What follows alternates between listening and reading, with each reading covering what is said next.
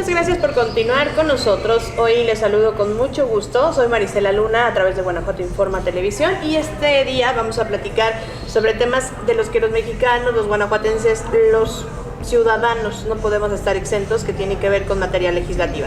Y para ello me da mucho gusto saludar en este espacio a Lorena Alfaro García. Ella es diputada federal del Partido Acción Nacional. Lore, ¿cómo estás? Muy buenos días, hoy que estamos grabando. ¿Cómo te va? ¿Qué tal, Mari? Muy buenos días. Muchas gracias a ti y a todo el auditorio que nos ve por este medio. ¿Ya cuánto tiempo en el Congreso Federal, Lore? 2 meses, ya son 2 meses que tenemos en el Congreso con este periodo ordinario de sesiones, que es de los más complejos, de los que más trabajo demandan de parte de los legisladores, pero que además los ciudadanos sepan que las decisiones que nosotros tomamos en el Congreso de la Unión pues tienen una repercusión directa en sus familias, directa en cada uno de los mexicanos. Es muy importante que ellos estén enterados, que ellos estén informados de la labor que nosotros realizamos en este poder legislativo. Que eso es fundamental, porque los ciudadanos tenemos que ubicar bien qué hace un diputado por nosotros, ¿no? O sea, cuál es la labor, y a mí en mi casa o donde estoy ahorita, ¿para qué me sirve que tú vayas al Congreso? Por supuesto, Mari, desafortunadamente a veces nos ven tan lejanos y al hablar de leyes dicen, bueno, ¿y esto cómo nos beneficia o cómo nos perjudica? Y yo les diría que mucho, que lo que nosotros hacemos allá, las determinaciones que tomamos allá inciden directamente en cada uno de los mexicanos y sus familias, como lo decía hace un momento. ¿En qué comisiones están? Entiendo que ya ahorita cada diputado ya está trabajando con las comisiones a las que fueron asignados. ¿En qué comisiones te tocó estar? Bueno, como ustedes saben, somos 500 diputados. El trabajo legislativo tiene que dividirse entre todos los legisladores. Sería imposible que todos quisiéramos atender los mismos temas o todos los temas, y por eso es que se divide el trabajo en 56 comisiones. A mí me toca estar en 3 de ellas, que una de ellas es la Comisión de Transparencia y Anticorrupción. Es una comisión importantísima que va a tener muchísimo trabajo, porque en la legislatura pasada, en noviembre del año 2014, se aprobó la creación de un Sistema Nacional Anticorrupción. Hoy por hoy nuestro país es visto como, desafortunadamente, a nivel nacional y a nivel internacional, como un país corrupto, y es por eso que nos hemos dado a la tarea, y sobre todo en el Partido Acción Nacional, porque esta iniciativa fue empujada por el PAN, para que se cree este Sistema Nacional Anticorrupción que permita que las áreas de la Administración Pública Federal puedan estar preparadas para poder combatir la corrupción, es decir, que exista más transparencia, más rendición de cuentas, que los actos de corrupción de parte de los servidores públicos no queden en la impunidad, porque los ciudadanos pues obviamente se sienten decepcionados, se sienten impotentes cuando ven actos de corrupción que quedan totalmente en la impunidad o en la exoneración.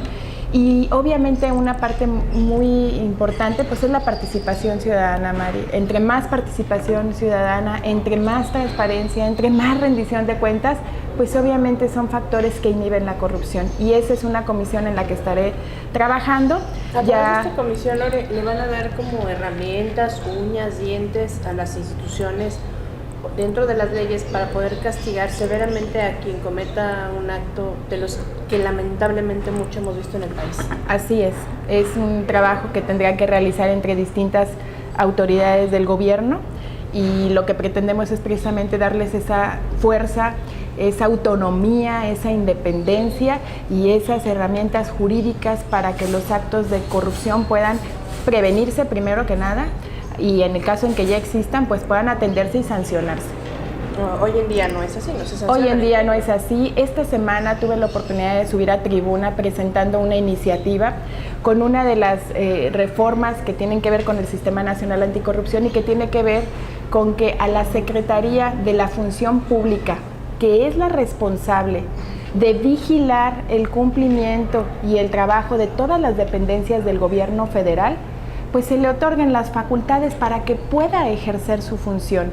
En el 2013, a la entrada del gobierno del presidente Peña Nieto, la quitan del organigrama, le quitan las facultades Y entonces se dan hechos como el caso del conflicto de interés y corrupción de la Casa Blanca, de la adquisición de una propiedad por parte del presidente Peña y su esposa, y que hay un conflicto claro de interés con una constructora que trabaja para el gobierno federal y que trabajó para el Estado de México cuando él era gobernador, y el secretario de la Función Pública lo exonera y queda en la impunidad, en la impotencia, a los ojos del mundo a nivel nacional e internacional. Entonces, esa parte, esa iniciativa que yo presento es precisamente para que a esa secretaría se le dé la autonomía que le corresponde y se le regresen las funciones que se le quitaron en el año 2013. Entonces, esa es una de las legislaciones que vamos a atender, pero vamos a atender la ley de responsabilidades de los servidores públicos, la ley del Supremo Tribunal de Justicia Administrativa,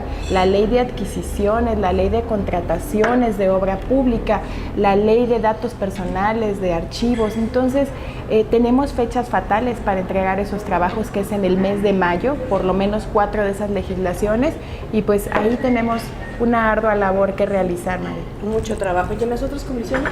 Las otras comisiones son muy importantes también. Estoy en la Comisión de Economía. Hoy en este país tenemos que decirlo como es la realidad. El país no está creciendo como los mexicanos estamos esperando o como se requiere. El crecimiento que sí. El crecimiento de México, efectivamente, pues es al 2%.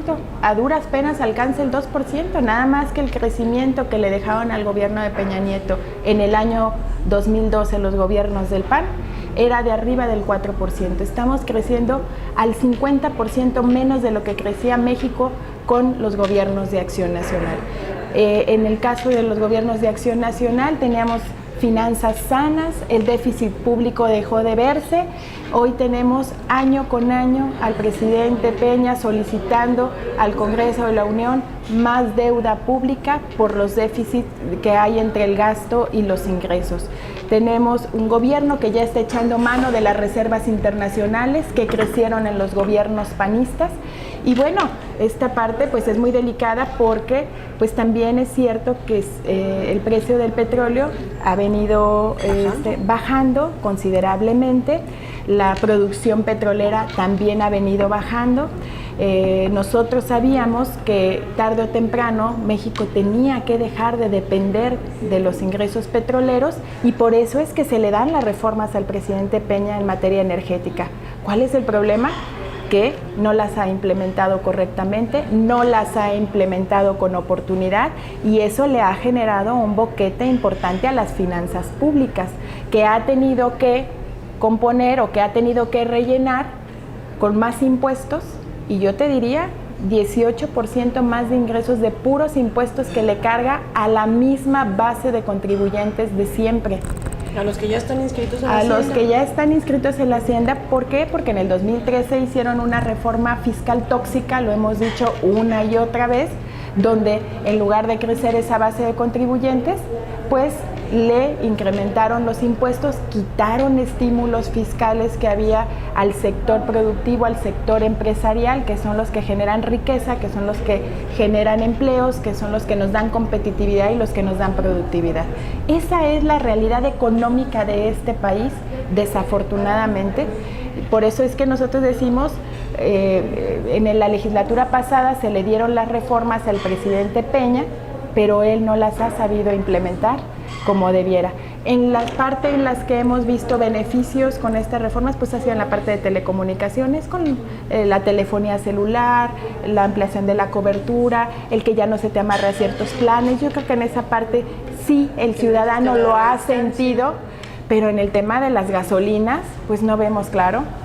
Tenemos gasolinas que a México le cuestan 8 pesos y se la vende a los mexicanos a 14 pesos el litro de gasolina. ¿Y nos van a subir o no la gasolina del 2016? No va a pasar nada, Mari. No hubo la voluntad política. La planadora del partido PRI y Verde no quisieron flexibilizar la liberación del precio de la misma para que pudiera estar pues a la competencia, el valor que estuviera determinado por la competencia.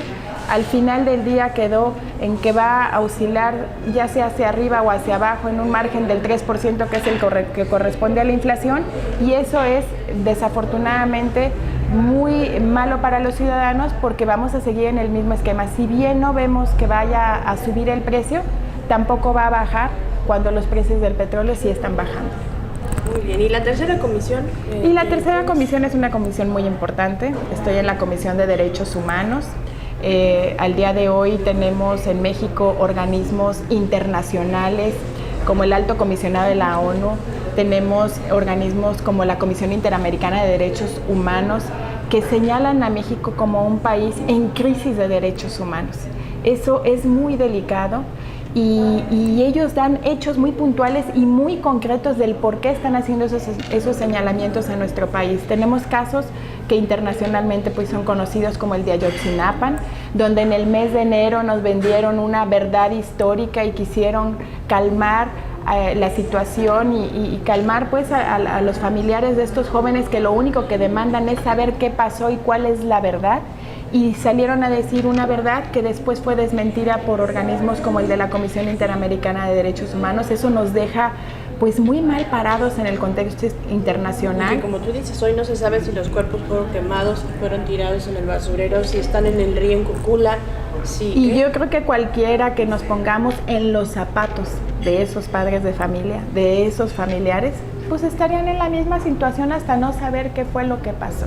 Pero lo más delicado es que el Estado mexicano te mienta, que salgan a hablar de una verdad histórica que no es cierta o que fue ya desmentida por otros tipos de organismos serios, formales y así.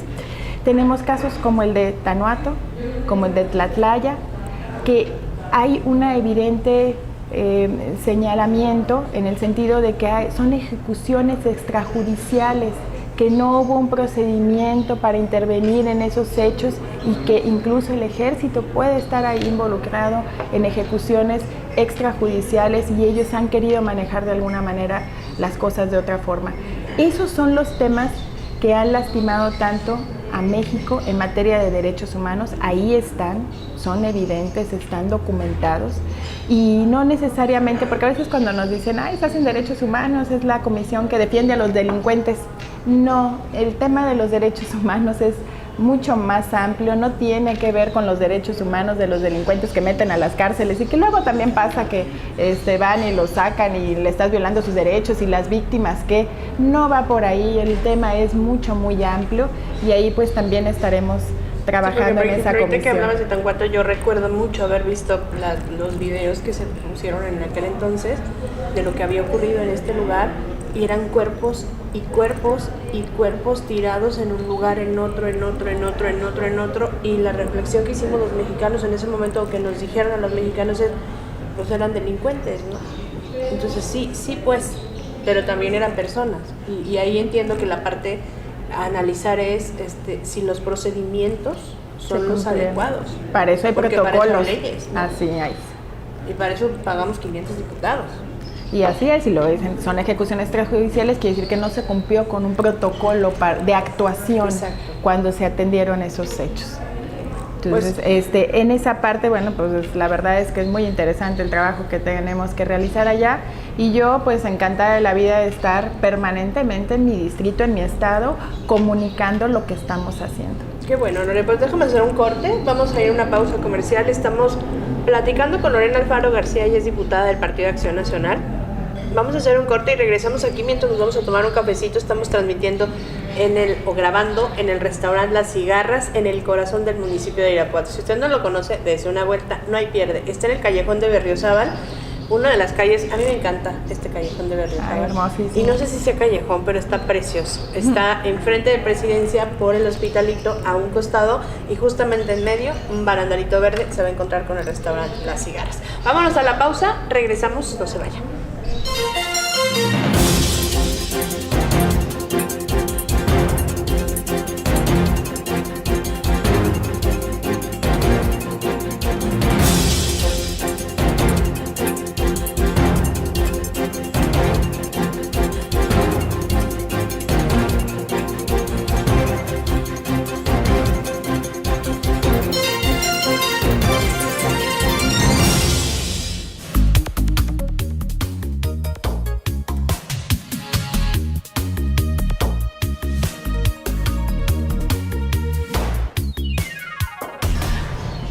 regresamos con usted. Estamos platicando con Lorena Alfaro García. Ella es diputada del Partido Acción Nacional en el Congreso Federal, el Congreso de la Unión, desde el municipio de Irapuato y transmitiendo desde el restaurante Las Cigarras. Lore, pues ya viene enero, finalmente hay un presupuesto que ejercer, un paquete fiscal para 2016, que justamente ustedes los diputados están en ese debate. ¿Qué nos esperan los ciudadanos de este paquete fiscal para el próximo año?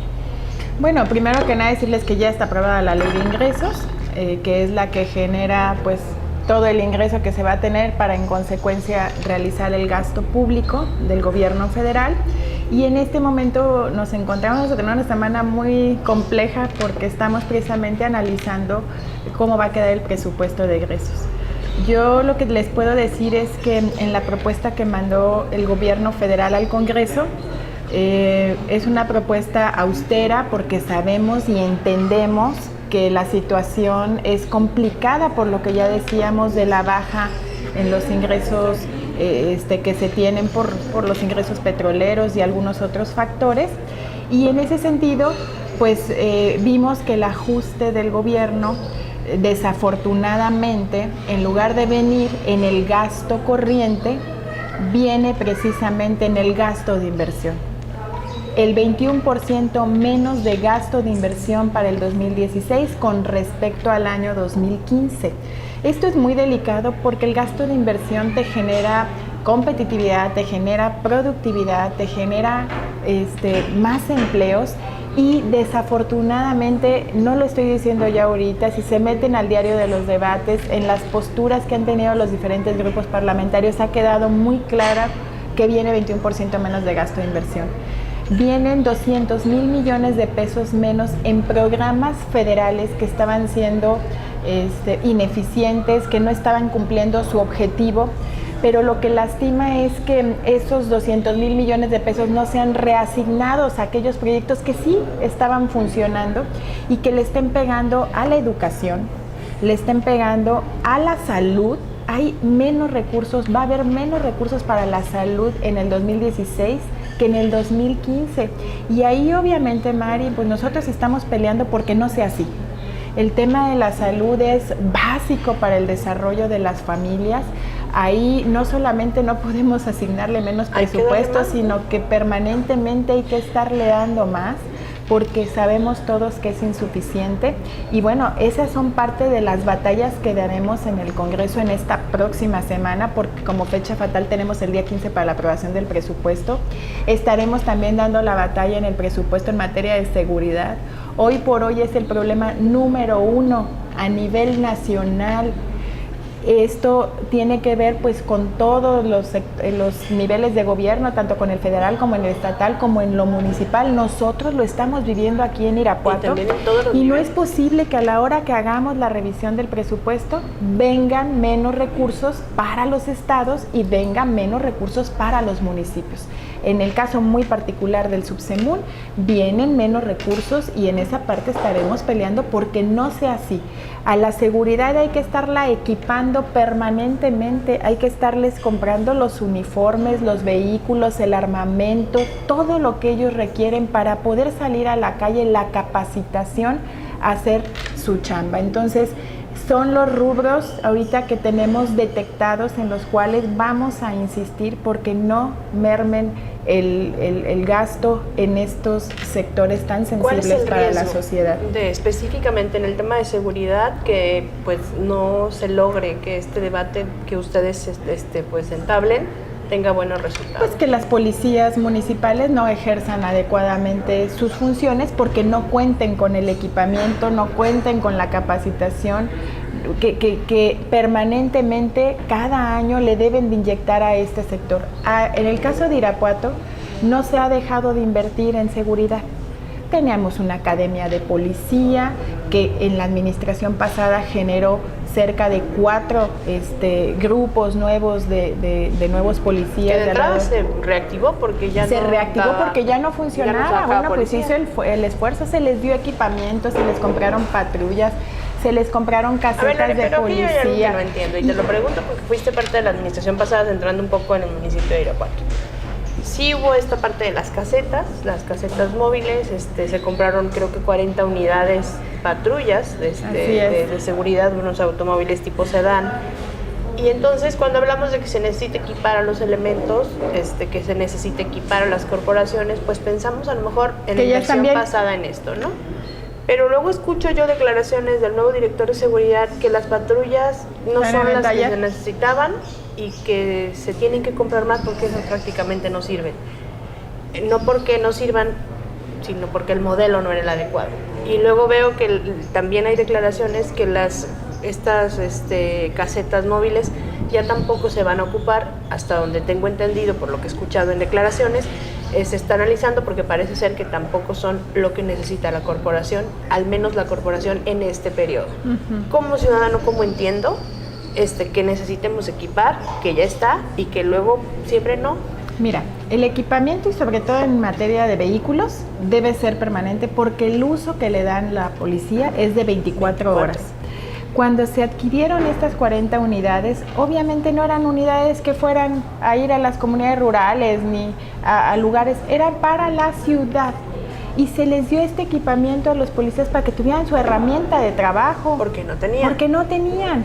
¿Que pueden ser mejores? Pues sí, pueden ser mejores, pueden tener unas supercamionetas y pueden ser mejores. Como en Cortázar que van a comprar como las de Nueva York. Tenemos que reconocer que, bueno, pues es para lo que había. Y seguramente pues el uso que le dieron, que es un uso muy rudo, pues obviamente pues tienen un desgaste natural. Pero aquí hay algo importante que debemos rescatar. Irapuato en ese sentido ha tenido la oportunidad de poderle inyectar a la seguridad, ya sea con patrullas, ya sea con la reactivación de la academia, ya sea con la compra de nuevas casetas de policía, que yo te diría pues que es una nueva visión, una nueva estrategia. Qué bueno que venga una nueva visión y una nueva estrategia para el combate a la inseguridad. Sobra, ¿no? Pero nada sobra. Y estoy segura que las van a ocupar, porque además la gente las pide, porque eso es algo que es proximidad con el ciudadano. El tener ahí su caseta les da tranquilidad, les da seguridad. Entonces, seguramente habrá lugares donde no convenga tenerlas, hasta pudieran ser riesgosas. Pero habrá otros lugares más tranquilos donde sí puedas hacerlas llegar y sea una proximidad para el ciudadano, incluso en algunos centros sociales que tengan ahí su caseta cercana, que pudieran ser lugares mucho más tranquilos. Entonces, esa es la ventaja que tenemos, pero hay municipios que no tienen para nada, es más, no tienen ni para pagarle el sueldo a los policías. Ni para la gasolina de las Ni patrullas. para la gasolina. Y les dices que eso que ya tenían seguro que les llegaba de la Federación por vía del Subsemun ya no les va a llegar, es muy delicado, y más siendo el problema número 1 a nivel nacional hoy por hoy en México. Oye, y para otros rubros, Lore, desarrollo social, pavimentación, todo esto que pues los ciudadanos también ocupan de primera mano, ¿el presupuesto va a ser menor?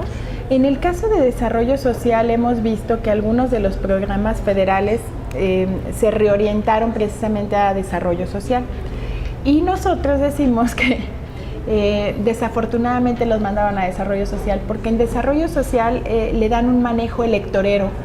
El programa de la Cruzada Famosa Nacional contra el Hambre pues no ha surtido efecto alguno, todo lo contrario. El Coneval nos dice hoy que durante el gobierno de Peña Nieto se han generado más de 2 millones de pobres. Entonces este programa al término de 3 años pues no tuvo ningún efecto, y programas tan importantes que estaban ubicados en secretarías como la de Desarrollo Económico los anulan para mandarlos a la Secretaría de Desarrollo Social, cuando las evaluaciones de los programas del gobierno federal te están indicando que los programas más eficientes son los que aplica la Secretaría de Desarrollo Económico, y vas y se los mandas a Desarrollo Social, donde no han tenido una incidencia real en la mejora de las familias, en la mejora de la vida de los ciudadanos, cuando son aplicados por esta dependencia, porque le dan un enfoque eminentemente electoral, y para el próximo año tenemos 16 elecciones en 16 estados. Entonces, son los puntos en los que nosotros vamos a insistir, no bajaremos la guardia y estaremos pidiendo que el presupuesto se reoriente a aquello que es lo que más está necesitando el pueblo de México. Y no vamos a soltar sobre todo el tema de salud, Mari. El tema de salud es y hay que reconocerlo, con el gobierno de Vicente Fox y de Felipe Calderón, con el impulso que le dieron al Seguro Popular para que te atendiera a un importante sector de la población que no tenía ISSSTE, que no tenía seguridad social y que ahora son atendidos por el Seguro Popular, pues a ese sector no le puedes mermar, no le puedes quitar, porque es la seguridad de las familias. ¿En qué se vería la repercusión de la disminución del presupuesto en salud? Bueno, ellos hablan de que hay programas que no estaban siendo exitosos. Está bien, si dentro de sus evaluaciones así lo ven y el gasto estaba siendo no aprovechado como debe de ser, pero entonces lo reoriento, pero no lo quito. Hay organismos de la sociedad civil, como los de Un Kilo de Ayuda y algunos otros que se dedican a la niñez, que nos dicen que la inversión más importante en materia de salud es la que inyectas a los niños de 1 a 5 años, porque están en su pleno desarrollo. Hemos visto niños de 5, 7, 8 años de la misma edad que otros que tuvieron mejores oportunidades. Su crecimiento es distinto, su desarrollo es distinto, y es ahí donde nosotros estamos pidiendo que se reorienten esos programas que para ellos no han sido eficientes, que se reorienten a programas, pudiera ser entre otros, como la inversión en la infancia de entre 1 y 5 años. Oye, Lore, ya hablando de salud, porque esto tiene que ver directamente con el tema, pasó don Ramón Díaz de León, a quien le mandamos un saludo muy grande. El tema que se abre con esta decisión de la Suprema Corte de Justicia de la Nación en el tema de autorizar el uso lúdico y personal de la marihuana a 4 personas procedentes de una organización de consumo, y que les permite de todo, ¿no? Sembrarla, traerla, cultivarla, etcétera, menos venderla. Y decía el gobernador Márquez, con esto se abre un debate serio en el tema, donde lo que tenemos que hacer los gobiernos es apostarle a la prevención, decirle a los chavos, si lo haces, estas son las consecuencias, y también apostarle pues al trabajo de decirle a la sociedad qué es lo que pasa, ¿no? Porque si no... Las consecuencias. Exacto, las consecuencias. Así es. ¿Ahí qué opinas? Mira, yo definitivamente creo que esta es la antesala a la legalización. ¿Y tú estás de acuerdo personalmente en que se legalice o no? Mira, yo como legisladora y como integrante de un grupo parlamentario, te diría que estamos obligados al debate, estamos obligados a tener la apertura para analizar el tema. Pero en mi postura personal, de convicción, de partido, estamos totalmente en contra de la legalización de la marihuana. Nosotros lo vemos como un problema de salud pública. Nosotros sabemos que hay consecuencias irreversibles en el daño a la salud de las personas que consumen la marihuana.